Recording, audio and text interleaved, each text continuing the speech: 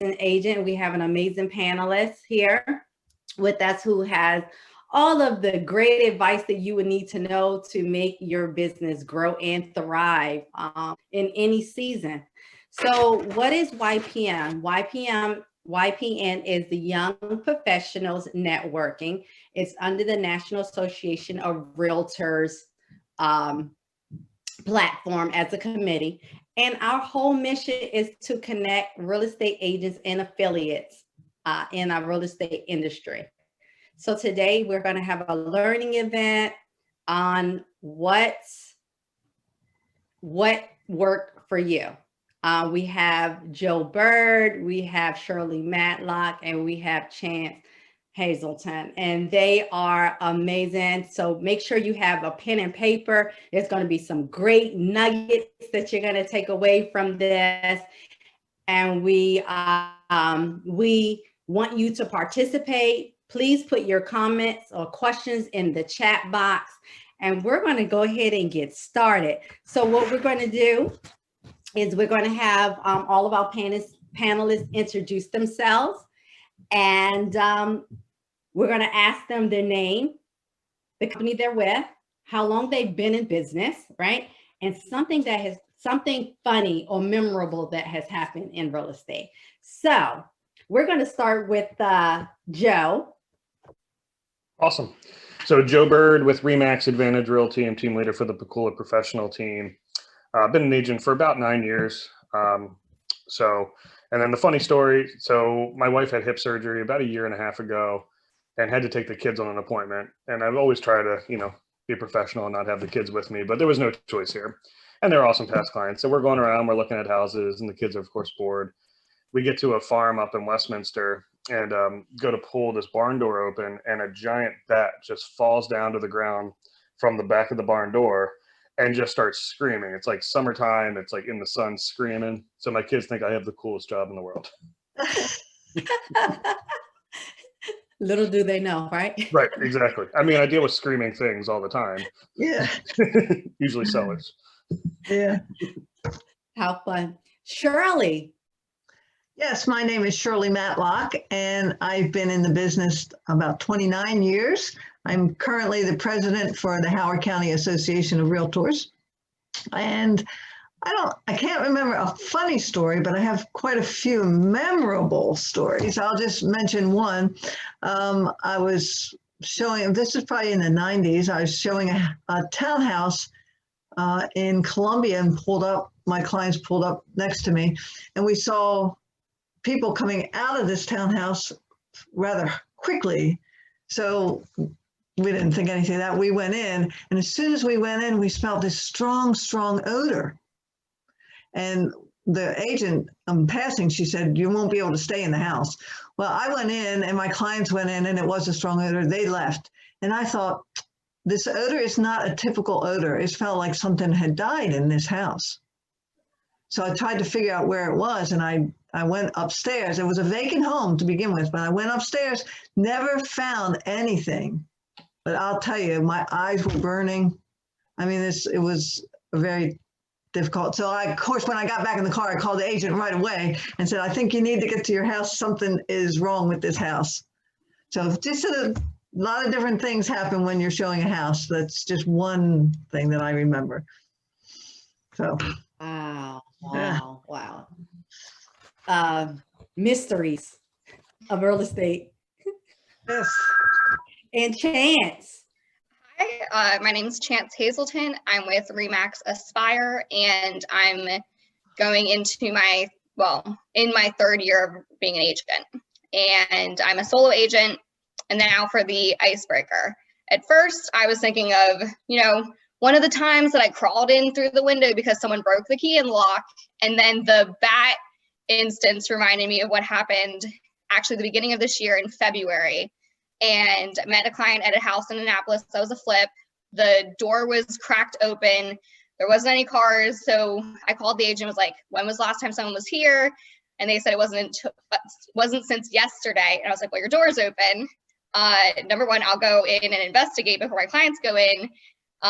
Went in, everything was fine. The staging wasn't disrupted or anything, but there were little handprints on the wall, on the mirror, in like the toilet. And my client actually worked at like the national park. She was in forestry. So she looks at it and she goes, huh, a raccoon came in here. And I guess because it was February cold, the door was cracked open, a raccoon went in, and we started like investigating. Number one, we quickly were like, okay, this isn't the house. But then also we spent the most time there just looking for a raccoon.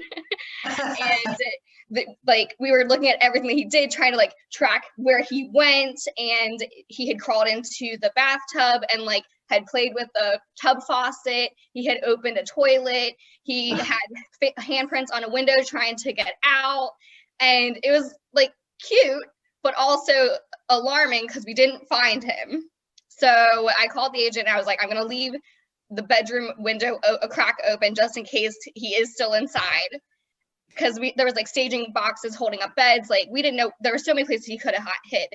And then I locked the front door, made sure it was locked. And then they were like, okay, we got it situated. We never did find the raccoon. But it was so cute. Yes. Like the little handprints on the mirror. We were like, he looked at himself. And those are memorable moments in real estate that you definitely get to experience. So we want to just dive right into what every new agent, seasoned agent, like want to know what is working for you. Right now we're in a COVID pandemic. There's a lot of uneasiness and concerns, in our market right now. So what I'm going to do is I'm going to ask you, and if you can give your expertise, your knowledge on the subject matter based on how you operate in your business, right? I think that a lot of our agents will take away some good information. So what would you say are the motivating factors for a seller and or buyer? And I'm gonna start with Joe. Sure. So, I mean, I think obviously you have to pay attention to what the market's doing, and every market's going to create different needs and different reasons and motivations for every buyer and every seller. But at the foundation, the fundamentals are the same no matter what the market's doing. And we have to remember as agents, we can benefit from a market, we can have struggles because of a market, but we ultimately make our own market. So when I first got into real estate, one of my first mentors told me that there's 5 reasons that people are going to make a move. And that's just historical in any market. There's 5 reasons that people always have to move. And it's a little bit of a touchy subject just because of everything going on, and it kind of touches on some sensitive subjects, but at the end of the day, these 5 reasons are always true. Number 1 is people are going to have job promotions. They're going to make more money. They're going to have a reason that they want to move up. Given COVID, we've got people that resumes are never going to be stronger, whether they're working on vaccines, and we have, companies in this area doing that, but they're going to be able to move up when this is all said and done. Unfortunately, the opposite of that is you have people that have to move down because their income goes down or because they lose their job, and unemployment numbers are obviously through the roof here. So that's part of it as well. You've got family growth. So you're going to have marriages, you're going to have children. I mean, they say there's a baby boom coming from all the people being quarantined. So those people are going to need a bigger house, so on and so forth. You have family shrinkage. There's people that have been quarantined together that aren't going to make it through this. And then those are going to split up into a few different houses. And then the really touchy one is, unfortunately, there's death. And we know that death is a big part of this pandemic. So obviously that's a factor. So all 5 of those reasons not only are at play here, they're actually kind of enhanced. All 5 of those things are going to kind of push forward. So my opinion is that's going to create there's going to be more homes sold by the time this is all said and done and recovery is all said and done, because those 5 factors are going to play out huge. So when you're talking to people, pay attention to which one of those things they may need and think about that. Great. Thank you. See, that great information. And there is a baby boom. Like I have like 3, I just had my first grand, boom. And then I have 2 other friends and colleagues that are having babies, right? Chance having a baby, boom. So it's a real thing. So Shirley, what's your take on it? What's your motivating factor? Well, with sellers, many times sellers want to come off the market in the November to February timeframe, and just in general. So I always recommend my clients to stay on the market, because many times people come off the market during those times for weather, cold, holidays, those types of things. So there is a lack of inventory. So I'm talking in the general market, not so much right now because we're in a low inventory now, but any year during this time when the weather can be bad and the holidays, keep the house on the market, because we always have buyers. I mean, I'm busy year round. I don't have a slow period. So you always have people relocating in, you always have people that have to move up and move down. So with staying on the market, you have less competition because those are coming off the market. So stay on the market. So, and I encourage my sellers to stay on the market or come on the market during those times, so that they can not have the competition and still get their house sold at a reasonable time. So. Great. And how about you, Chance? Well, and piggybacking on Shirley, I always recommend not waiting until this hot spring market, and utilizing the winter. Even if you're not available to get the house listed right now in the winter, I always do my pre-walkthroughs for sellers then, and get them in contact with contractors when the contractors have their slow season. If it's internal work, you can get it done, and then you're going to be positioned appropriately to hit the market come January, February, before the spring market starts. Mm-hmm. Again, still when there is a lack of inventory. Yeah. Great advice. Oh my goodness. That is a good takeaway. Really good takeaway. Because it's why we're in business, right? We're in business because real estate, there's a need around the real estate arena. So great. So they say it's a hot market. We're in COVID, right? And everyone's buying and selling. So how do you keep them focused and not how do you keep your buyers focused and discouraged? So 2 questions, right? And how do you keep your sellers have realistic expectations for the seller's price of their home in a hot market? And I'm talking right around this COVID pandemic season, where everyone is just kind of concerned. So I'll start with Shirley. So with my buyers, and it is a challenging time for buyers. I've written multiple offers for multiple buyers, but they keep going out, and I encourage them that when a new property comes on the market, we should try to jump on that the same day as if we can. If they're available and I'm available. I try not to show in the evening. So when it's dark, it's not really a good time to show, especially when the house is vacant, because you won't have lights in most of the rooms. When it's dark, you have lights in the kitchen, the hallway, the bathrooms, perhaps the dining room, but many houses don't have lights in them. So I encourage them to take a lunch hour or get off work early or leave, go into work late so that we can see these houses promptly and get an offer in on them, and also include escalation clauses that we see a lot now, and also letters of interest in the property. So for buyers, that helps. For sellers, of course, I do the market analysis and show them what the houses have sold for, and I encourage them not to go higher than what the value actually is. And most of them listen to me. They don't overprice properties. And I say, if we're underpriced, then the market will tell us that, because we'll get multiple offers and prices will go higher. But then we got to be concerned with appraisals. So we want to make sure that we don't accept something that's so high that the appraisals are out or are not going to get the value. That's awesome. Okay. Awesome. What is your Chance? How do you keep yours motivated? So on both sides, I always start with setting appropriate expectations before we get emotionally invested, before we're on the market, before we're looking at houses, before we step foot anywhere. For the buyers, I explain, especially with the concern of, and I also recommend acting the day we see a house. It's long gone are the days that you can sleep on it and wait until the weekend. Right. So actually, probably I've never actually been in a market that allowed my clients to do that. But I counsel my clients on the buyer side to avoid the fear of like the BBD, the bigger, better deal. Okay, maybe we saw a house that meets all their criteria, but they're like, but this other one's going to be on the market in 5 days. Can we wait? No. If it's the next house that we're seeing that day, yes, we can wait an hour, but we're not going to wait. If you like this house now, we need to make an offer.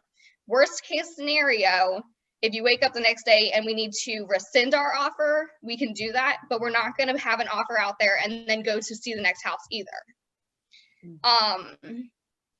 So make sure my buyers are prepared financially, always having the pre-approval letter, making sure that if they don't already have a checkbook, they know how to get access to a check so that I can get a copy of a check when we submit the offer.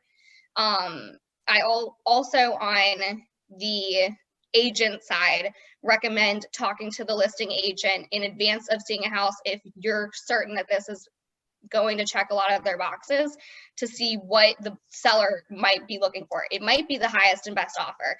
It might be they need a lease back. It might be what Shirley mentioned about what, oh my goodness, I made a note. Oh, the escalation clause to cover yourself. And I also, again, don't wait until the weekend. If we see the house on Tuesday, we're going Tuesday. Maybe we can wait until Wednesday. We're not going to play the game of, oh, I'm available Friday. Everyone's available Friday, Saturday, Sunday. We need to discount that competition.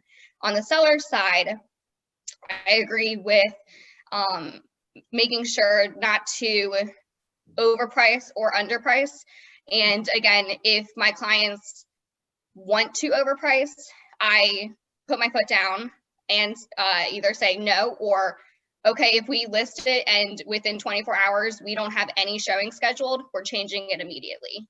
We're not going to play the game of waiting 10 days to see if we have any offers, or if we wait 10 days and no showings, we're going to do it immediate. Because again, if in this market, your house is sitting, people are going to start thinking it's sitting for a reason. And they never think that the condition doesn't match the price is the reason. They always think that there's a problem. Okay. I think that's good. Oh, And one how more about thing. you, One Jill? more thing about the sellers. Sorry, go ahead. In this market, with sellers, I still recommend staging and prepping the house. If it needs paint, paint the house. Don't think, oh, well, since there's no other houses, just having the house as is going to work. You still want to put your house's best foot forward. Wow, that was a lot. I hope y'all got that. How about you, Jeff? Yeah. So, and I think something that's benefited me in my career so far is I started off as pretty much exclusively a buyer's agent. You know, my first year I sold 49 houses and 48 of those were buyers. So now I'm a listing heavy agent. I'm like 70% listings, but I understand buyers. And it was, 2011, you showed 100 houses to every buyer. Not exactly that, but it was like, Yeah, it was ridiculous. You had all the time in the world. So I got really kind of inundated in the buyer's mindset. And as much as we want to say in this industry that sellers control the market and inventory is everything, and as agents, you list the last, right? But buyers really control the market. If there's no one buying the house, it doesn't matter if you have anything to sell or not. So you got to put your buyer's hat on. So because of that, I can really kind of get into the psychology of buyers and understand their hesitations, especially first-time home buyers. So I really come at it from an advisory role, and I like really important to do a consultation with the buyer. And in COVID world, Zoom consultations are, I'm going to keep those moving forward. It's much better than having to drive into an office and meet and sit down with somebody. Listings, you need to go in person, I still think, but for buyer consults, do them. But we go over, what to expect in the process. And I think, I don't remember if Chance or Shirley said it, but set the expectations. That's ultimately what our job is, right? Educating them, clear communication with them on what's going on, and at the end of the day, compassion. And, if there's multiple offers and there's already priced at the top of the range, but, we've seen 15% year-over-year appreciation. I think Maryland Realtor stats came out for October. It was like 15 or 16% year-over-year appreciation. If you're looking at a comp from 180 days ago, it's worth more today than that one sold for. And you have to help the buyer understand that, but ultimately it's the buyer's decision. We can't make those decisions for our clients. And one of my sayings is, somebody's going to be willing to pay this number and overpay for this property to get it. You have to decide if that's you. No one can make that decision. I agree. If you buy this house and the market doesn't keep appreciating at this price, you bought too high. If the market keeps appreciating, then it's okay. And you have to understand and take that risk. From sellers, showing the track record, list to sales ratio, I think is really important in helping to create that confidence from the seller into how you know how to price a house. I have a Venn diagram in my listing presentation that goes through the 3 different pricing strategies, needle in the haystack, underprice, market value. Then we kind of talk through those. And usually when I sit down with the seller, I'll provide a range and say, look, this is kind of the range I think your house will sell in. We price it below that. These are the benefits. We price it above that. These are the downsides, kind of in the middle. One of the sayings that I try to, it's cheesy, but I say it all the time. If your price is not compelling, your home will not be selling. And it's not just price. If the home is not compelling, it will not be selling.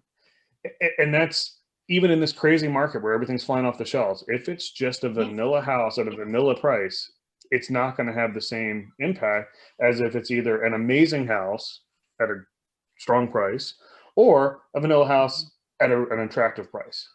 And you will get you'll get all the buyers to jump on the same property at the same time if it's compelling. So I think those are. Wow. Ooh, that was good. Oh, and I love how you all have your different ways of doing your business. You all have your own way and what works for you. And that's kind of what we're talking about, what works for you. So what works for Shirley may not work for Chance, what works for Chance may not work for Joe. But at the end of the day, it's about service our client. As agents, we need to be compassionate. We need to understand the motivations behind our sellers and our buyers, right? And we need to guide them and advise them. So I love how different your styles are. So in this season, I've noticed that a lot of new agents are coming in, and they are dual agents, meaning they have full-time jobs, right? And they're working on perhaps being in real estate full-time. And they're also juggling life, virtual learners like myself, and running a business and things of that nature. So tell me, what systems or checklists do you have in place that allows you to stay connected to your clients while juggling your personal life as well? I'm going to go one step further, and for the dual agents, also include how I will try to systematize staying on top of mind as a real estate professional and someone that people can trust, and not just think of you as someone who is a part-time agent. So it's all about having a schedule that works for you. If you do have kids that are doing online learning and you have to take care of that, that's great. And I appreciate it. I don't yet have a kid. I'm still baking mine at 8 months. But the thing that works for me is looking at your weekly calendar, your daily calendar, and cutting out 30 minutes, 15 minutes here and there daily or weekly, but every week, so that on Tuesdays at 9:30, you're going to be going on your Facebook and posting something housing related, or calling your pipeline, we call it, but people that you have their contact information, and just asking how it's going, especially during COVID right now. A lot of people are missing that adult interaction. Call the parents of your kids' classmates, see how they're doing. If there's anything that they need a tip on, and then add on, oh, by the way, do you know anyone who's looking to buy or sell real estate? Anyone who needs an extra room and looking for an office, make it fun. You don't have to be salesy about it. Make that connection. And for the systems and checklists that help me do that, I actually am very on my phone. My Google Calendar looks, I'll show you, looks like this. It's color coded, it's crazy, but it makes sense to me. And I put in there like call for 15 minutes, call Paul. I put in there, take good preview houses. If you don't have clients, go and preview houses. Do a video of you in the house and talking about it so you can share your insight and your understanding of houses. That's always a good recommendation, especially if you have not met with clients very much already, because you become familiar talking about it. You don't sound like you don't know what you're doing as you're walking through.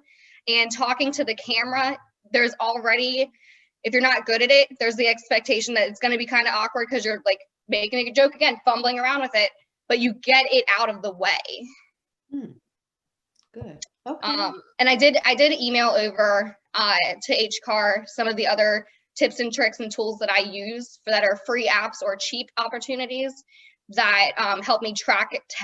Trello is a like checklist option that you can put templates into, and then you can just copy the templates over for your buyers, sellers, or your pre-listing appointments, things that you need to do, especially if you're multitasking. That way you don't miss anything and you can stay consistent. Folio is a email kind of like transaction coordinator. It'll create and automatically create calendar events and timelines and reminders for the contract deadlines for you once you plug it in. That way, once you're starting off, you don't have maybe the funds to have a transaction coordinator or an assistant. It is your online assistant. I'm also missing a couple other ones, but like Google has a lot of free add-ons. Google Keep, email templates, create email templates, have email templates created that are for congratulations, you're under contract for the buyer and seller. I'm so excited to work with you. Here's our like buyer consultation and what we're going to go over template, your seller consultation template. And then you just add on the specific attachments per reasoning that you're emailing. But that way, again, you don't have to recreate the reel every time you sit down. And if you only have 5 minutes to send out emails to your 5 people that you're talking to, you can just go click, compose, add it in, change the names, send it. Awesome. Awesome. Now, what about you, Shirley? So You're seasoned. You've been around a long time. Come on, got my pen ready. well, every morning I will I do at least 5 calls, follow-up calls, lead calls every morning. That's my first thing I do. And then to stay in touch with everyone, I do have checklists that I use. Like this is I don't know, you probably can't see this because of there you go. That's like one of my seller checklists that I do, and it has to do with as soon as I get a listing, when I get a contract afterwards. And then I also have a buyer checklist as well. I'm very much a paper person. So I also, once I meet somebody, I have video emails that I send out. So I'm a subscriber to BombBomb. So Yes. Yep. So what I do is I call, I have already templates made up. So when we're under contract, the questions that buyers have for me, if a lot of people ask the same questions, then I make a video of it. And not a long video, maybe a 2-minute video, like, what is it? Why do we have to have a title company? Why is a termite inspection important? What's a home inspection for? When do I get my homeowner's insurance and why do I need that? Those types of things that are general, they get sent out to all those buyers. And then I have video emails that I send for sellers as well. But those types of systems, I have to stay in place, to stay in touch with people during the process and before the process. There you go. Awesome. And I'm sure there's more. As everybody talks here, I think of more things like I'm sure as well. Exactly. And that's what we're gearing to do. We want to give that information because, you just never know someone else's style. It's like, okay. And like Chance says, don't reinvent the wheel, right? Right. So Now, I also use Dropbox so that I can share documents with different people, and Dropbox. Evernote is another good app that I use, Evernote, so you can take notes wherever you are, and it saves it. You can email them, you can take pictures in them. So both of those things, they're good. And I've been using Top Producer for over 20 years now, and I use a checklist in Top Producer, and also some of their follow-up emails. Also, they have a whole schedule that I have manipulated and revised to fit me, and they get sent out as well. Awesome, awesome, Joe. And we will put some of these tools. Staying in touch is important. Communication is very, very important. There's $1 million in the follow-up call. That's my motto. So Joe, hey, you're on the team, right, Joe? I am, yep. So, and I run the team, yep. So I think you kind of hit on it. So my opinion is you got to be organic. You got to be yourself. So you can go to 1 million seminars, you can listen to a lot of panelists, and everyone's going to tell you their system. But if it's not the way your brain works and the way you think, it's not going to work for you. So you have to figure out what works for you, own it. Don't reinvent the wheel. Find something that somebody else is doing that's the same mindset, and then customize it for the way you want to do it. So for me personally, I've been an entrepreneur my whole life. I've never worked a quote unquote 9-to-5 salary job. I've always, earned, eat what you kill, or whatever the saying is. So if you go into my psychology, it's because I don't like being told what to do. I don't like being limited. So if I put myself on too regimented of a schedule, it feels like work and I lose all my motivation. But if I give myself lists of things that have to get done at some point, and I don't do them daily, I mean, I'm sort of daily, make them daily, but I make it a weekly goal, I will get everything done in that week, and it will all get done, and it will be consistent on the weekly basis. And I know that's what works for my head. So you got to figure out what works for your head. So consistency is number one.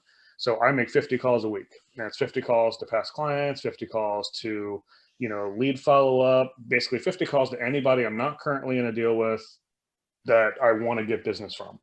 And if I can do that, I can make those calls, I'll hit all my goals I set for myself. It's pretty simple. And there's times where you might fall out a little bit and you got to play catch up. But at the end of the day, if you can stay consistent in those numbers, that's going to be everything. And then systems and processes. So at this point, I have people that help me through my transactions. I have somebody who can kind of help me prepare my listing agreements after I've gone on the listing presentation. I've got a transaction manager who basically runs, from writing offers to, managing the transaction. My clients get me the entire time. These people are in the background facilitating. So I'm not handing them off to somebody.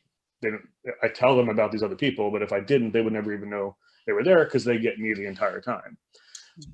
But I did everything myself for the first, 2 or 3 years in the business. I was doing 50 plus deals a year, literally running everything, not even using DocuSign, handwriting every offer. And then I was able to then use that experience to then train those other people to be able to do what they do. And they're better at that. Like Stephanie, who's my transaction manager, she's got the more detailed mind. She's much better at writing contracts than I am. I'm a much bigger picture. So I can put the deals together, but she's much better at structuring them. So figuring out what you like to do, what you're good at. But again, it just really comes down to being organic. And, and I think part of the question was that I'm not sure I touched on, which is people being at home with virtual learners and all that kind of stuff. Again, if it's a checklist, right. And as much as you want to say, okay, the kids are in school, doesn't mean that my daughter's not going to come knock on my door right now and have her computer's going to log her off, and we got to figure that out, right? So if you're on too regimented of a schedule right now, I think you can find yourself being pulled off. Yeah. And my personal mentality, if I start feeling like I'm not hitting my goals, sometimes that will motivate me to get back on track, but sometimes that motivates you or demotivates you to say, I didn't do it. Maybe tomorrow is different. But if you put yourself just on a checklist goal schedule to say, okay, at some point today, I have to make these 10 calls. Then you get to them and you remain more flexible. Wow, that is really good. And I definitely, Joe, I can relate. I'm like, they're going to come knock on his door. You put the food on the counter. He's like, have at it.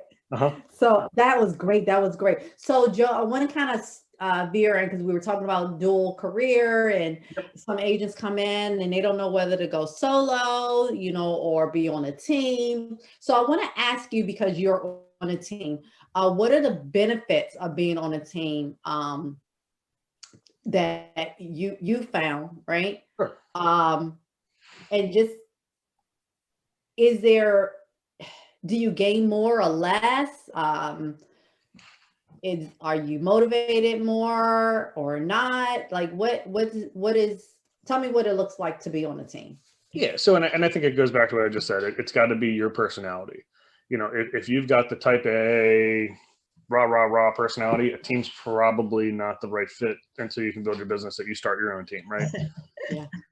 You've got to know your psychology. But when I got in the business, I came from the music business. So I ran sort of a pseudo label marketing production company.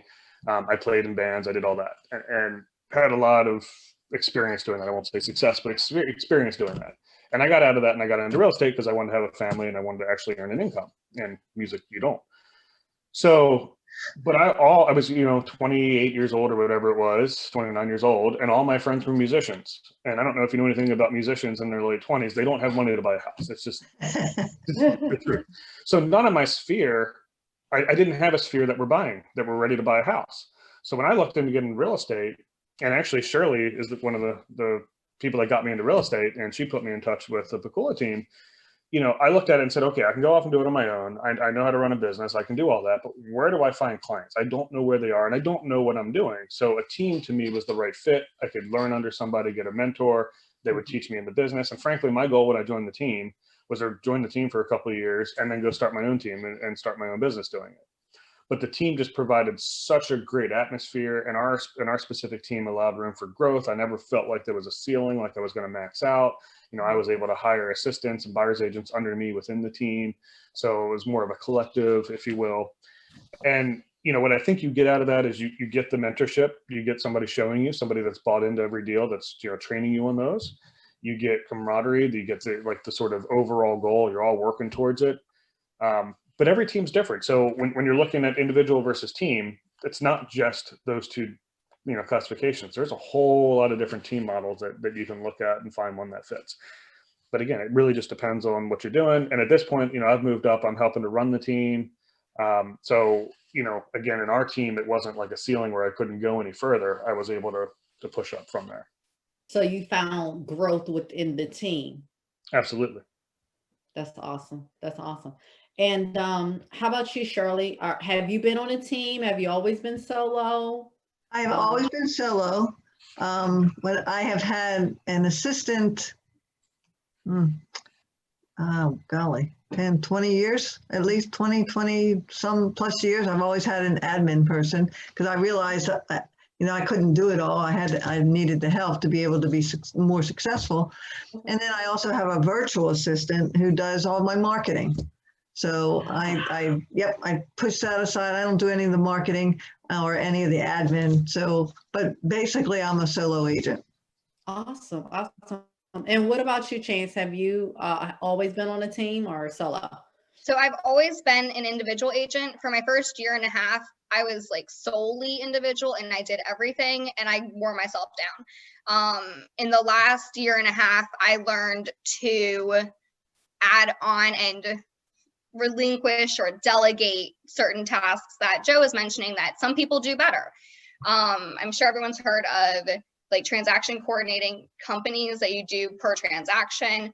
I will usually add them on the buyer side because there's a lot more step-by-step of following up with the lender and the title company, making sure everything's getting submitted where it needs to get submitted, and new addendums that come up throughout the transaction. So once we're under contract, I will hand everything over to that transaction coordinator and be CC'd on emails. So it's like having an assistant or it's like having your own transaction coordinator, but you're not responsible for it after the transaction. It's only one payment and you're done, which is really good when you're first starting off.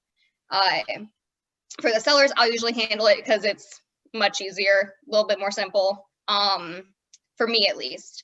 Then I did hire an assistant. I had that assistant for 3 months because successful agents like Shirley and other ones in my office that had been in the business for 20 plus years, just like assistant's the first thing you need. It didn't work for me. It was too structured for me because she was in the office and I was only going into the office At that time, like, you had to really push me to be able to make sure I could be there for like 2 hours in the day. And it was very difficult for my assistant and I to, once I stopped being there for 5 days out of the week, every single day for the first 4 hours, the relationship and the work that was getting done was getting lost. She didn't know what to do once I left, essentially. And yes, I take ownership of that, but also I learned, yes, I have a master's degree in education, and teaching someone how to be me is not something I can teach.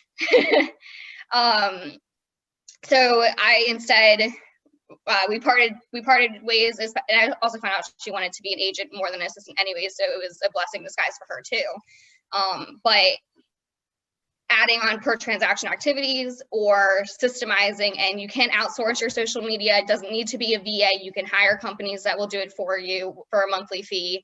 Again, like around $100 to $200 or something like that. I like doing the social media. I have a quirky personality, and I think that benefits me. And I get about 30% of my business off of my Facebook. So personalizing it works for me. But yeah, I'm a solo agent. I just leverage and hire out different aspects to free up more time, especially with the season of life that I'm in, with a due date in January. Yeah, and it changes your, you know, your lifestyle does change. And that's the beauty of real estate, that you can adapt to the lifestyle when you say. And I came into the business, back into real estate on a team. And now I'm solo, so I've had that experience, and I definitely agree with all of you and your experience that there's growth regardless on a team or individual. It just has to be, you know, your decision, what works for you, right? Exactly what we're talking about, what works for you, you know. So so that's awesome. That's awesome. So the brand new agents that's coming in with no experience. They're coming into real estate. So we talked about checklists, and we touched on systems that we're creating, right, as we're moving forward. Okay, so they're in business. They got their first client. How do they keep track? So when you're creating your database and you're converting those prospects into leads, right? What do you do to stay connected so that they remain clients, one, and if they don't become a client, that you benefit or they refer business to you? So we talked about the systems and the checklists, like just the daily things, but we want to move into growth, business growth. So this question is geared around that business growth. So Joe, what are you doing? What database are you using to convert leads to clients and or referrals? Yeah, so at the end of the day, it's relationships. Relationships are everything in this business, and frankly, any business. But from the time that you get a lead and you make the first phone call, you're creating your relationship at that point. And whether that turns into a transaction or not, that relationship still lasts. And staying in touch with people, and again, I've used the word organic, I don't know, 7 or 8 times now, but those relationships, people know when you're not being genuine in what you say. You know, there's scripts that you can use, and I think scripts are important, and knowing what to say and when to say it, but practice your scripts. Don't sound like the person that's reading off of a list in front of you. Internalize those scripts. Use those scripts outside of real estate when you're talking to people and just conversating, and then make that very natural. So at this point, like when I get a lead, it just comes out of my mouth what I'm saying. I don't even have to think about it, but it's all about building that relationship. Once they become a client, that relationship still exists. And the best thing you can do to get referrals is to give the best customer service you possibly can, for that person to understand everything you've done for them to help that transaction get from idea to closing, you know, from the full phase. You know, if you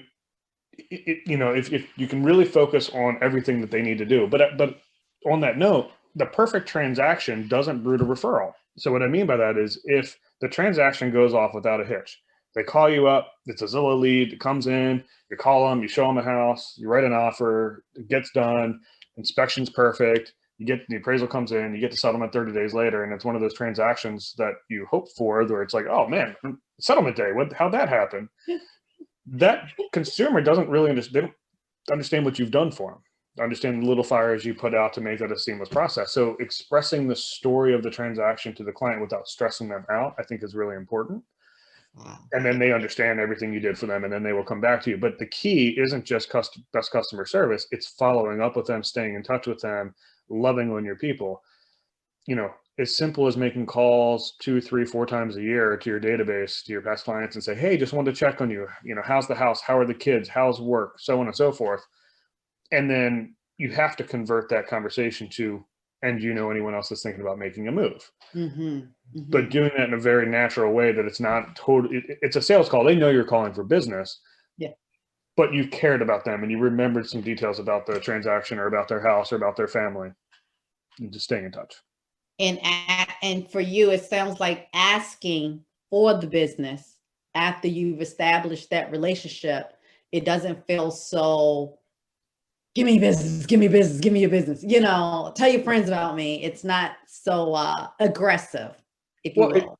And if they buy into what your mission is and what your goal is and what your brand is, they want you to succeed. Your customers want you to do well, because it's like, and I'm trying to think of a good analogy here, but it's like you find a small brand of, let's say, like unique boutique shoes or something like that. And you're like, oh man, these are the best shoes I've ever worn. You want to tell your friends about those shoes because it's like you buy into that and you want that to succeed. Well, they do the same with us. They want us to be the agent that, becomes the most successful. So Joe, I'm going to ask you a second question in converting leads, right? So for new agents, how do they find these leads? Do they use their phones? Do their social media? What's the best way to get a prospect to possibly convert them to a client and then referral? And I'm going to ask Shirley and Chance the same question as well. Yeah, there's no bad way to get a lead. And the most important thing you have is your phone on my background screen. So that's the most important thing you have in your business. There's no bad way to get a lead. So whether it's from your own sphere of influence and social media marketing, or it's, paying Zillow, or, and again, that's where the team can come into place. If you're a brand new agent, you don't have a big sphere that can help with lead generation. And my goal with every lead that I got when I got in the business was, I didn't care what the price was. I didn't care what the commission was. Who cares? It's a person that likes my service, that's in my database, that I can feed from later.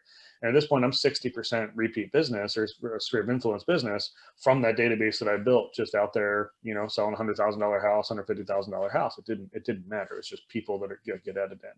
That's awesome. Yeah, just ask for business. How about you, Chance? Same question. Yes. So for creating the database and finding people to actually plug in, I don't recommend just going through your phone and being like, okay, all the A's, plugging them in. Call every number. What I did when I first started was, I was with Keller Williams, so I took bold. I dreaded the whole entire first time. I thought it was bull crap. And then I had to call, and I was calling people, and I found out what I thought I had a huge database on my phone, a lot of the numbers were bad. So then it turned into, okay, I got to clean up my phone. And then with each conversation, it was stressful. I was calling exes. It was stressful. I was not skipping over anyone. But as it went on, it was surprising to see that I wasn't bothering as many people as I thought I was. People were like, oh my gosh, I haven't heard from you in 10 years. And I go, I know. Crazy that I called, right? And then I followed up with, I'm in real estate. Can I help you? Can I help anyone that you know, like and trust? Anyone who's like you? Because obviously we used to have a friendship. I have your phone number. And again, that's how I internalized the scripts that were being given to me. I hated it. And now, like Joe says, like, you got to continue making those calls. You can't just make those calls for 8 weeks and then say, okay, now this year my business is going to be great. Once you make those calls, You need to document when you called. You need to document the notes that you had. So when you follow up with them in 2 months, 3 months, at least to get the 4 to 6 contacts a year, you have things to talk about. And it's not just, hey, remember me? And I called you like 3 months ago and it was really awkward. Well, is this less awkward? Don't do that. Build that relationship as you go along. So once you have made that point of contact, and you don't get told to F off, add them into your database. Even if it didn't get converted to a conversation where they're saying, yes, I know someone, yes, I am that someone, anything like that, just add them. So you have, again, a list, and it's easier to keep calling the same list. Cycle through it though. Don't call the same people every week. Okay, so that's that portion of it, converting databases into clients and ultimately referrals. The phone is, like I said, the first resource I went to. Once I went through that, I started cleaning up my Facebook and contacting people via Facebook. If they had their phone numbers in there and I didn't have them on my phone, I added it and called them. I messaged people from Facebook and commented on their posts and things that weren't real estate related to, again, make the relationship. If it's because Facebook, some of them I have not met in person. So I create the relationship and then I message them. It's not just a cold lead. Cold leads aren't bad though. I've gotten clients from Starbucks, grocery stores, just by walking in and saying, I have 10 cards I'm going to hand out. And I just introduce myself. Always also take care of your vendors. I've gotten referrals from lenders, home inspectors, title processors, simply by staying detailed in my business. And at the end of the transaction saying, hey, is there anyone that I can help? I hope that you also see the value in what I'm offering. I know you work with a lot of agents, but do you have a preferred agent? Always ask that question. If they say, yes, I do, I follow up with one better and say, okay, what do they do that I can do and be better? Also, great resource. Everyone has neighbors, whether you're currently renting or you own. Walk your neighborhood, introduce yourself. I have a listing 3 houses down on my street. I helped that person who referred me sell a house that she already owned and she ended up not using an agent, but I gave away that information for free and built a relationship. Wow. Okay. Again, no transaction is too small. Big believer in that one. How about you, Shirley? 29 years. Come on, Shirley. So right now my business is about 95% referred to me. So I do get some leads that come in off signs but mostly everything I get is referrals. When I got in the business in 1991, we could do cold calls. So I actually had a phone book and I would make calls from a phone book. And then you got to be able to take rejection. So you may make 100 calls and get 1 lead, but that's what we did in the evenings. We did phone calls.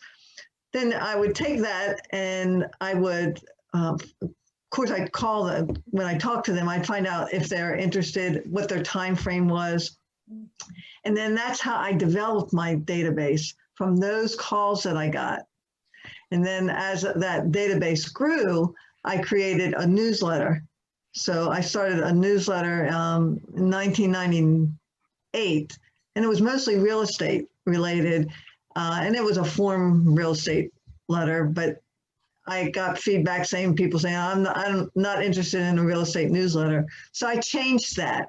And now I do a fun newsletter, and I send this out every other month, about every 8 weeks.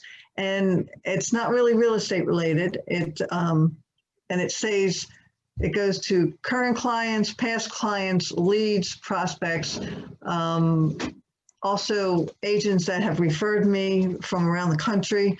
I send them that newsletter too, and I put a cover letter on it as far as what's going on in my life. So it's a very personal newsletter, and I get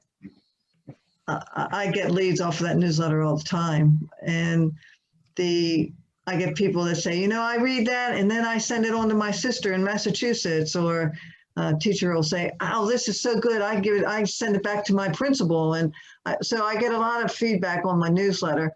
But creating it was the thing. And when I call someone and I talk with them and find out what their time frame is, and if it's not 2 or 3 months, whenever, I tell them about my newsletter and ask them if I could send it to them. So I don't do what's called a farm, where you have a whole community and you just send them postcards and stuff. I feel that I don't want to send my information to somebody to throw it in the trash. So Yes. everybody that gets my newsletter has agreed to accept that newsletter. And it's about 700 people that I send it to. And that's my main contact. But then in my database, after I have a settlement, I call them after settlement. At settlement, I always ask for a recommendation letter. Okay, so I have a binder that has all my recommendation letters in it, broken down by buyer recommendations, seller recommendations, and surveys. So I do surveys during the process, after the process. Surveys are really important so that you won't know what you're doing that's not wrong is not the right word, but you won't know what to improve unless people tell you. So, and I always encourage everyone to, if I'm not doing something that you want me to do, please tell me. I'm always willing to learn and to do new things. So I asked for that recommendation letter. Other buyers might want to see it. Other sellers want to see them. I just show them my binder. They can flip through that. And then I call them the day after settlement to see if they had any questions. I call them a week after settlement to see how settling in is going in. And then a month after settlement, I actually go over and take a gift to them. Wow. So I don't do a gift at settlement. I give them things at settlement, but not what I call a gift. So a month after settlement, after they're settled in, then I go over and visit with them, take them a gift.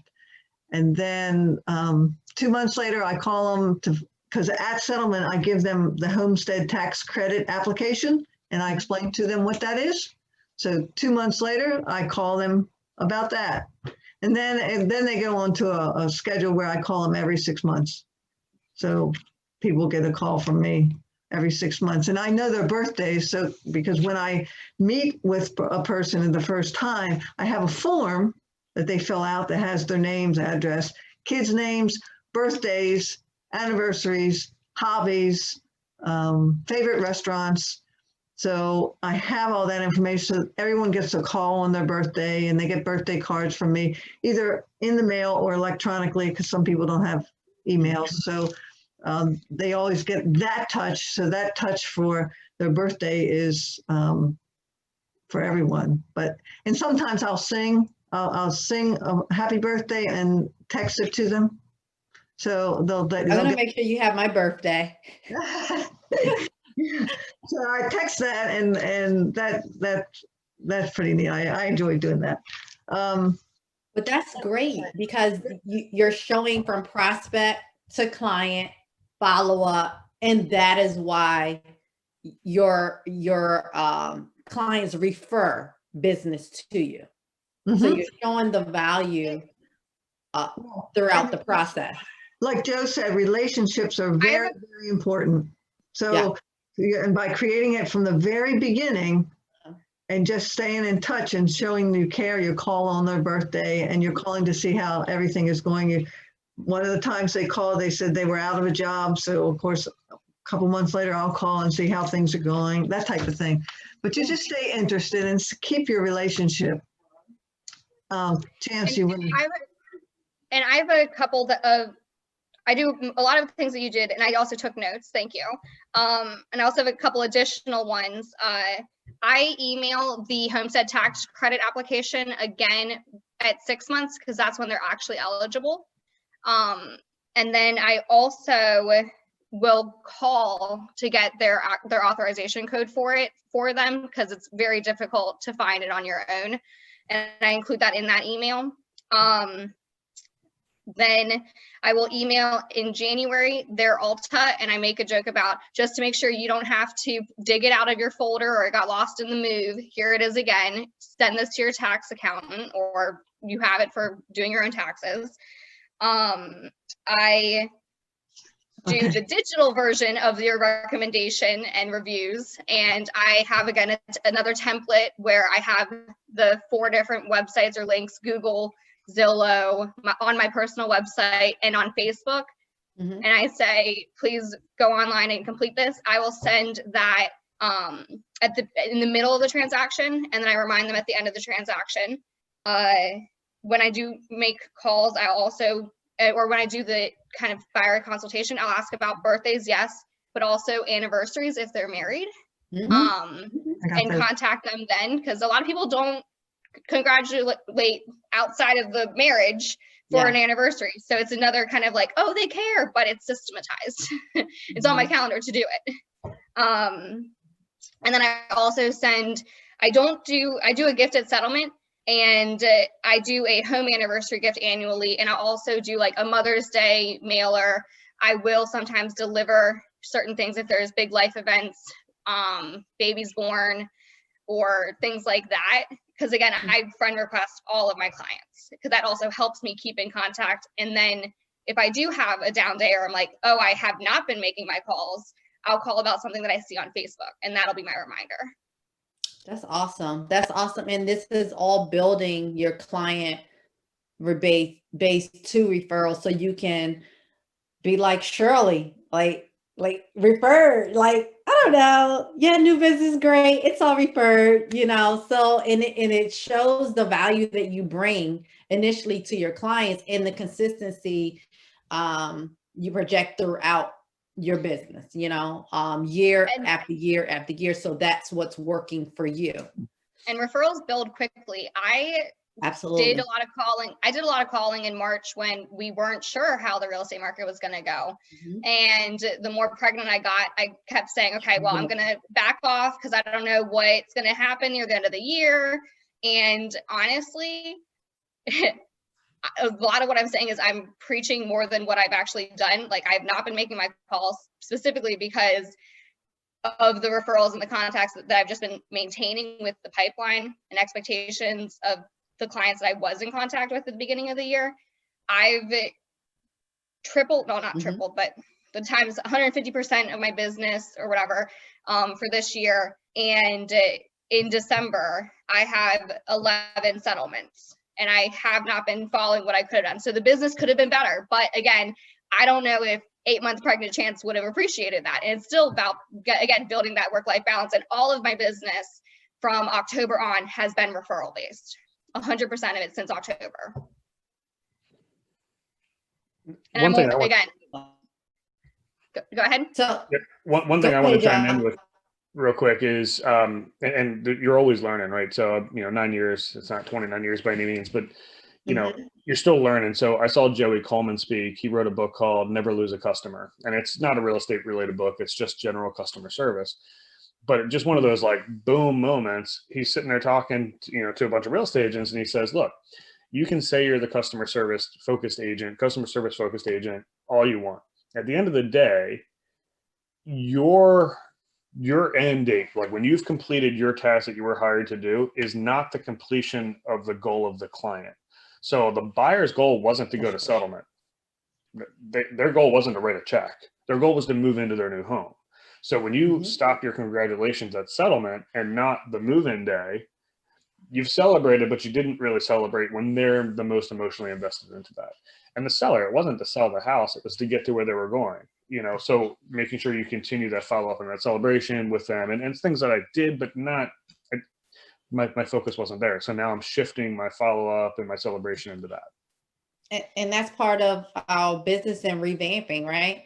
So we're going to shift gears here, because we do have some questions in the chat that I definitely want you to answer. But I do have a final question. Hearing all the information that you provided, and now we're into the referral season, right? Like where a business is established. So for new agents who are just trying to get where you all are, right? And for them, it can be overwhelming just hearing all of the information that you're bringing. And it's like, how do I even get through a day, right? Because it sounds so overwhelming. So in your business, have you gotten to a point, or when did you realize it was time to hire help? Shirley, you said you've had an assistant for over 20 years. And Joe, you have an assistant. Chance, you are still doing things, individually, right? But when do you get to the point where it's like, okay, I need to hire help? What's, tell me about that, Shirley. When your family life starts to suffer, when you're spending too much time Oh my goodness. in business and not enough with family, because you have to have a balance there. So when you realize that you're working days and nights and say, you gotta hire somebody then. And the question always is, I don't know that I'm going to be able to afford to have somebody. Yes, that's the question. Yeah. So the thing is, when you hire somebody to do the $10, $15 work and admin work, your time is worth much more than $15, $20. You're worth much more. So by hiring somebody and paying them, that gives you more time to get more business so that you can pay them.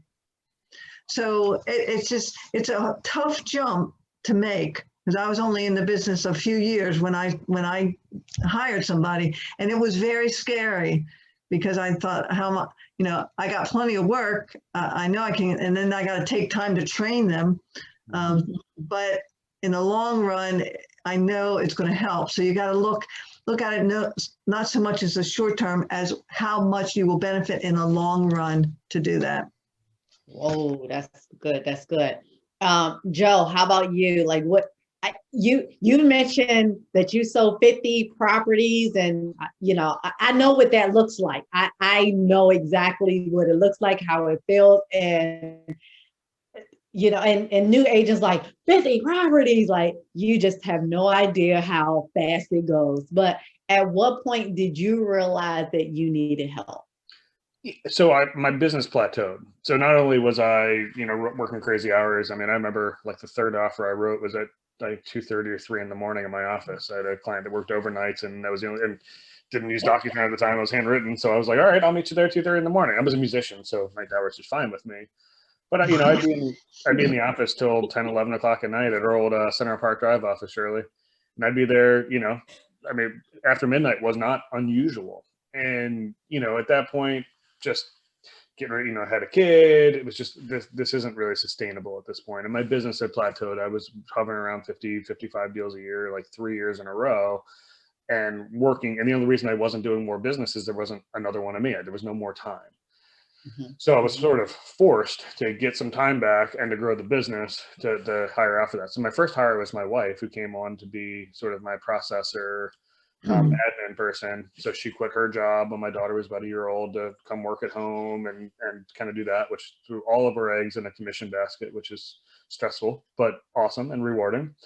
And then I hired a buyer's agent who doubled as a transaction manager, who would basically run sort of the back end of the transactions as well as sell. And then we have Gail in our office, who's kind of our listing coordinator. And I even hired a driver, so that I was realizing that I was still getting home at 8 o'clock, 9 o'clock, 10 o'clock at night, and then having 2 or 3 hours worth of comps to run and offers to write and so on and so forth. So I'd hire somebody to do driving so that I could be on the laptop and prospecting while I was in the car. And that way, when I got home at 8 o'clock, that's genius. I was done. That's genius. It's a tough balance. So you have to take the leap of faith of knowing you can do it. So you got to have a little bit of reserve to handle a bad hire or whatever it's going to be. You definitely can hire too soon because you don't have the work for them. I also think you need to make sure that you learn the entire transaction and process yourself and kind of get, to the point where you've kind of plateaued in that. But you can hire too late, because then training can be an issue if you don't have time to train somebody. So my recommendation is always to hire, like that year that you plateau, hired that slower season. I won't say slow season, but that slower season where now you have a little bit more time to train and get them on your system so that by the spring ramp up, they're ready to go. That, ooh, a driver though, right? Oh yeah, it's awesome. I normally have my husband drive me around, but now that you said that, it was a reason. I'm like, house to house. He's like, what other house are we going to? And I'm like, just drive. Yeah. I'll plug the address in there. But I need to bring my laptop. Oh yeah, no, I just sit there on my laptop and type away and work work. It's awesome. That's the beauty of real estate. You just make it work, right? You know your clients' expectations, you know, always working, you know, for the benefit of your client, and you just make it happen, right?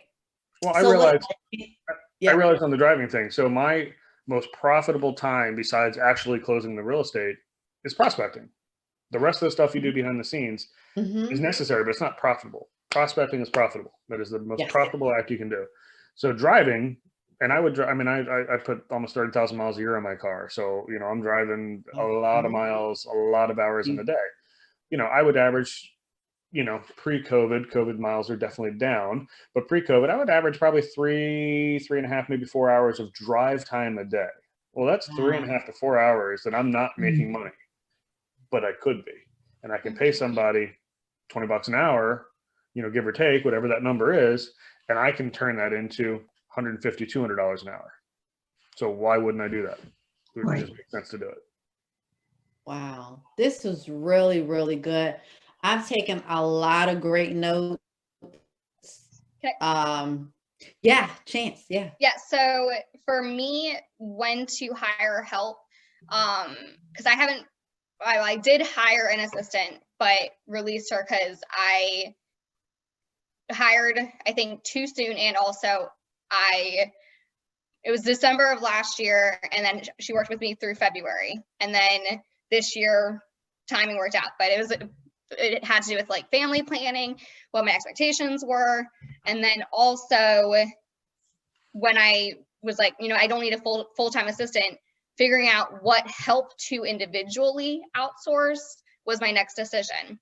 So that came with the transaction coordinator, and that the first time I actually utilized that was during my honeymoon, because I was going to be abroad in Europe and Greece, and I had 4 transactions going on during that 2-week period that couldn't fall through. So pre-planning and working with the transaction coordinator to see, okay, what tasks will actually be covered by you, helped me understand why transaction coordinators are important. Then I also learned, because I was hired by another agent to take care of business while she was away for a weekend. And you learn how to hire per individual task and ask other agents to take care of, like, being a showing assistant for you, someone you trust who can open the door. Because again, that person's already a client. It's not as profitable of an activity if it's between you writing a contract or you opening a door an hour and a half away and spending 3 hours on the road.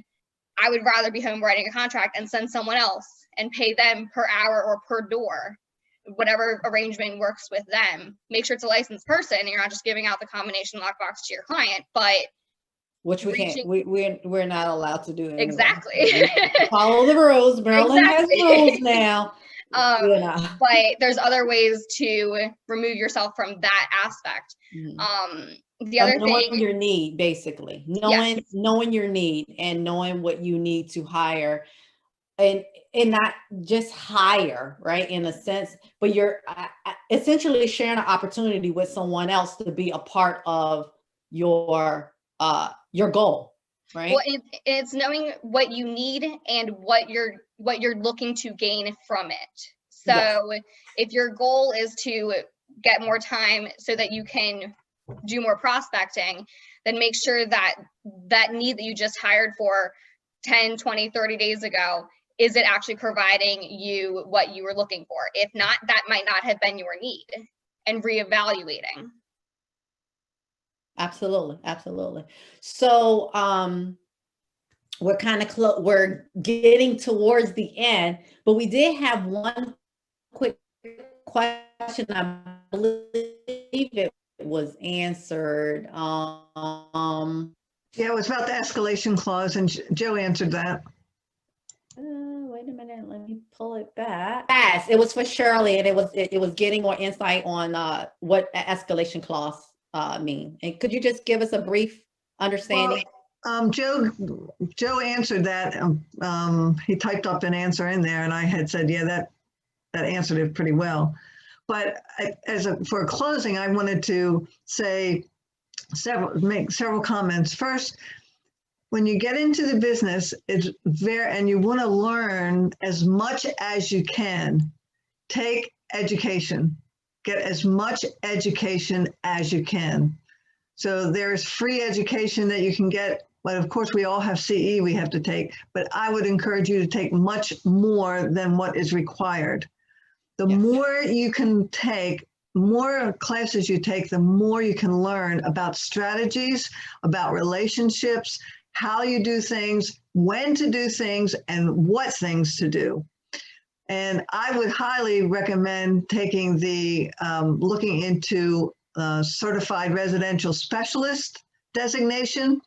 It is considered the PhD of real estate, and it's not easy to get, but I can tell you that there are about 26,000 realtors in Maryland, and less than 700 of us have this CRS designation.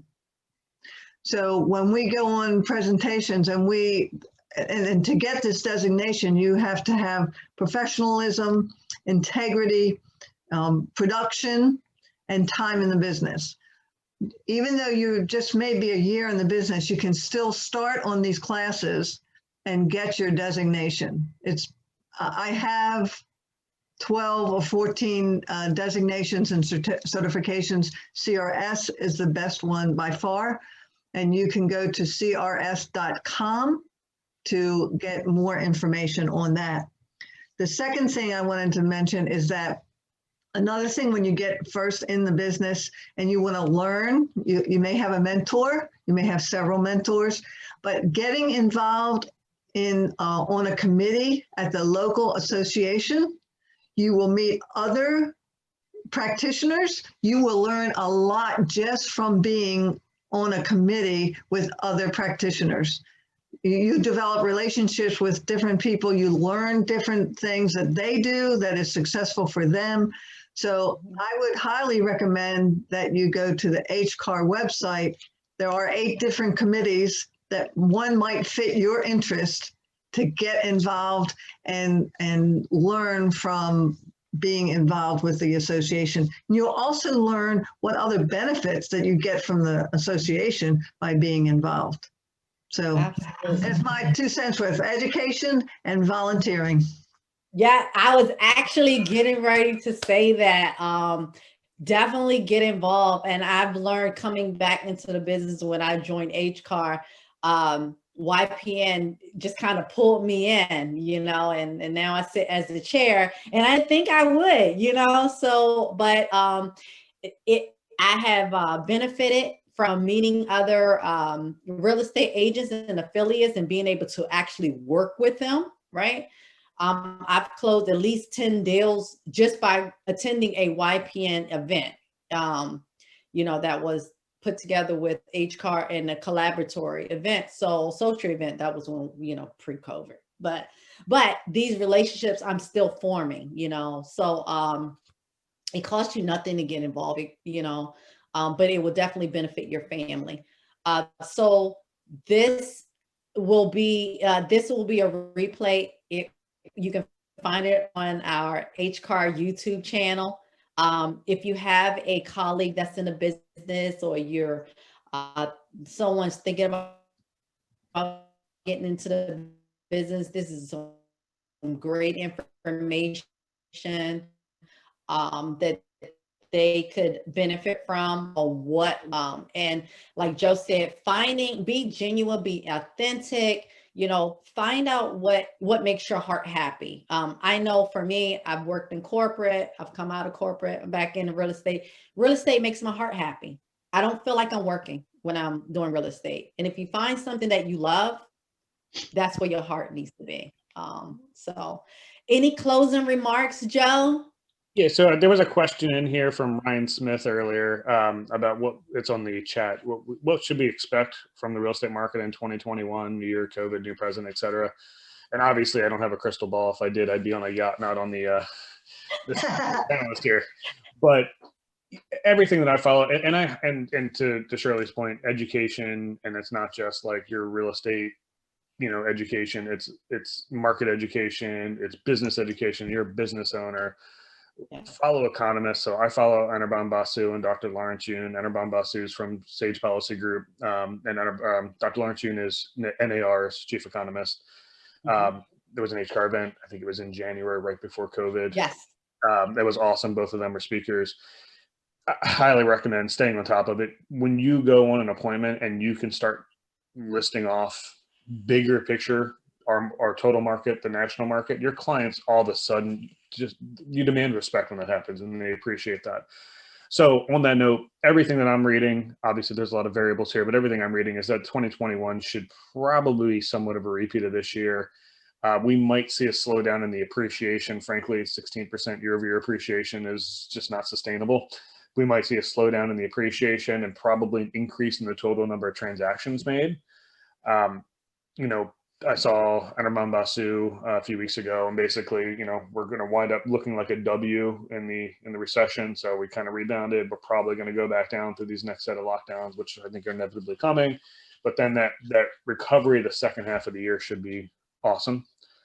So, you know, the new president, obviously that's a big factor here. There's a lot of things that the president wants to do to help the real estate market, you know, from big credits towards first-time home buyers and things like that. Whether those get through or not, we don't know. But most likely, it's not going to have that big of an effect on anything. And as I said before, we make our own markets. The market doesn't make us. So just, you know, pay attention to all that stuff. And in closing, you know, you've made the decision to get in. Just be a business owner. Work. Don't be afraid to work. Don't be afraid to ask for business. And if you put the time in, you put the effort in, and you do the training and the education, it's an easy business. You just got to do it. Yeah, absolutely. Piggybacking on Joe's answer about knowing the real estate market, start now. Know what's going on now. And I was able to attend a MLS, how to use it, statistics, figuring out how to utilize those within the MLS. You don't need to, again, recreate the wheel. You don't need to go outside of the resources you're already paying for. There are many different graphs, statistics, and different ways to utilize recent sales, current active listings. Bring those numbers with you to sellers' appointments. I always check the whole county, check the specific zip code, and bring those numbers and make sure that I understand what those numbers mean. And again, yes, it's great to know the overall real estate market, but also if you know their specific market, that will give you a step up than any other agent that they're interviewing. And again, like looking into days on market, sale to list price, the comps in general. If you don't know how to create a comp, practice, create a comp and send it to your mentor and be like, are these comps? Because if you're running all of your numbers off of something that's incorrect, then it's not going to help you, and other agents are going to disagree with you, and you're not going to be able to back it up because you don't fully understand it. So just make sure you know what the statistics are that you're looking at, and that you know how to interpret them and explain them. Great advice. So I have a couple other things. Be sure whenever you're talking with someone, ask them for a referral. Don't come, but you got to do it naturally, not come off as a salesperson, but naturally. And the other thing is that growing up, I never liked to read. I was into sports and didn't have time to read. So I didn't really learn to read till about 10 or 15 years ago.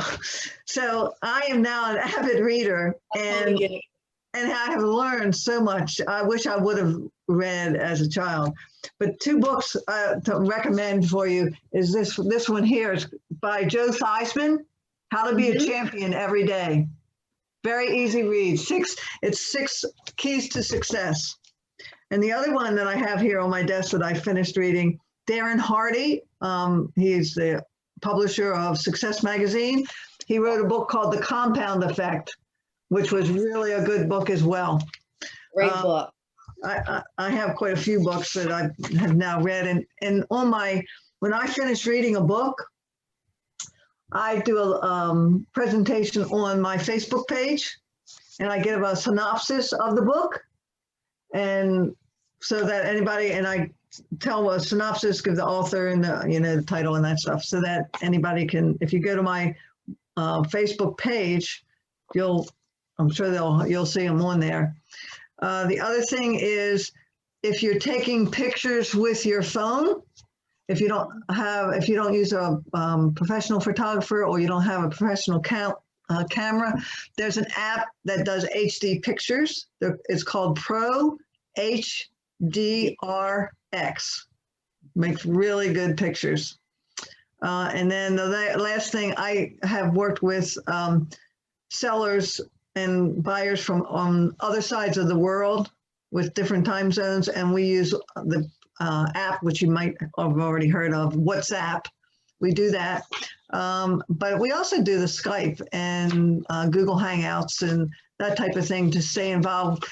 When I had somebody over in Guam, 14 hours difference, so I can only call them Friday night, like at 7, so which was Saturday morning at 9 for them, before they got off to doing anything. So just a few tips there. And I read, education, volunteer. That's Education, volunteer. You heard it. You heard it. So this has been really good. I want to thank all of you for participating on this panel. We will dive in deeper with some topics as we go along. I believe the next event is going to be in January. So stay tuned to our HCAR Facebook page. All of the events will be posted there, and you can find this event on our YouTube channel.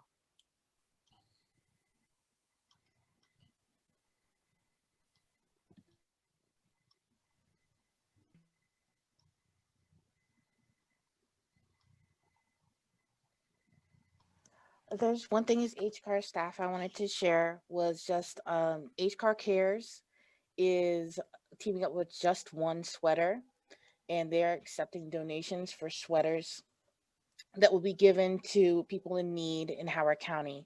And we're collecting Monday, December 7th through Friday, December 18th. We have a basket outside. You can also ship it to us at our address. And then these were the tips and trick technology tools that were given prior to the event, if you want to take a screenshot.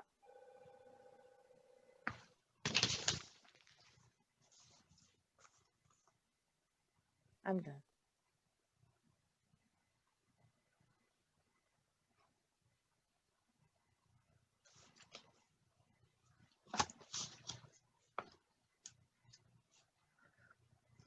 Are there any other further questions that any of the participants have?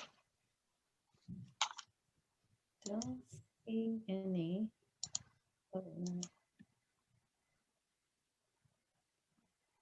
Super. No. Well, And it they'll was be able to ask questions on the YouTube page, and we can get back with the name. Anybody, I'm an open book. Feel free to email me, whatever. I'm always happy to answer questions and help people out. Me as well. email, reach out, text. Yeah. All of our information is accessible, again, searching through the MLS. Yes. Yes. But it was a pleasure talking to all of you, and I learned a lot from this as well. And again, continuing education comes from talking to other agents and just learning what others are doing and adapting it in ways that works for you. Yes. And if you want to learn more about getting involved with YPN committee, please reach out to me. I'm happy. As well, I'm an open book. I'm committed to growth and helping my colleagues and fellow affiliates here in the real estate industry. So I'm very excited to be a part of HCAR YPN. Thank you all. Thank you, guys. The customary Zoom wave. Yeah, right. Thank you. Bye-bye. Bye.